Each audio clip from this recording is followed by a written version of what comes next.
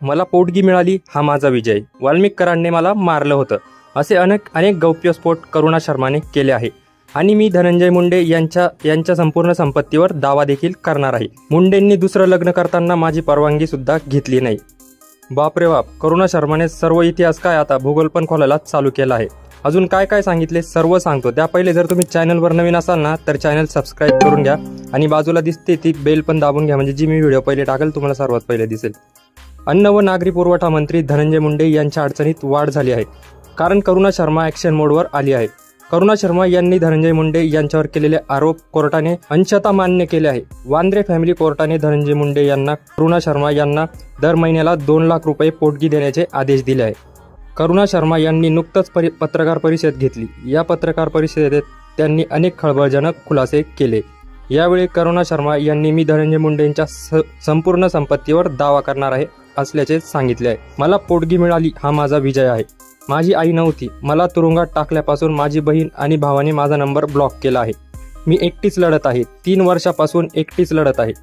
आई असती तर माझ्यावर ही वेळ तरी आली नसती। कमीत कमी माझ्या मनात आत्महत्येचे विचार येतात। जेव्हाही हे विचार येतात तेव्हा माझ्या आईचा चेहरा मला डोळ्यासमोर येतो। ती आत्महत्या करून मेली, तिने आमचा विचार केला नाही असे करुणा शर्मा म्हणाले। पहिली बायको म्हणून मला ऑर्डर दिली आहे, बायको नसल्याने पोटगी देऊ नये असं त्यांच्या वकिलांचं म्हणणं होतं, पण कोर्टाने मला बायको म्हणून मान्यता दिली आहे। कोर्टाचा निकाल मला मान्य नाही, मी हायकोर्टात जाणार आहे। मला 15 लाख रुपये पोटगी हवी आहे। 1,70,000 भाडं आहे, हे भाडं भरलं जात नाही। मेंटेनन्स 30,000 दर महिना आहे। मुलगा बेरोजगार घरात आहे। 2 लाखात काय होणार? एका महिलेचं लढणं खूप मोठं असतं। मी 3 वर्षापासून एकटी लढत आहे। मी दागिनेही विकले आहे। बीडहून मुंबईला यायचं आणि तिथून पुन्हा बीडला जायचं। वाल्मिकरांनी मला मारलं होतं, मला चुकीच्या पद्धतीने स्पर्श केला होता, असं खळबळजनक खुलासाही करुणा शर्मा यांनी केला आहे। मी धनंजय मुंडे यांच्या संपूर्ण संपत्तीवर दावा करणार आहे। धनंजय मुंडेंची दुसरी पत्नी राजश्री यांच्या नावावर त्यांनी संपत्ती केली आहे बेकायदेशीरपणे, त्यावरही मी दावा करणार आहे असंही करुणा शर्मा म्हणाल्या।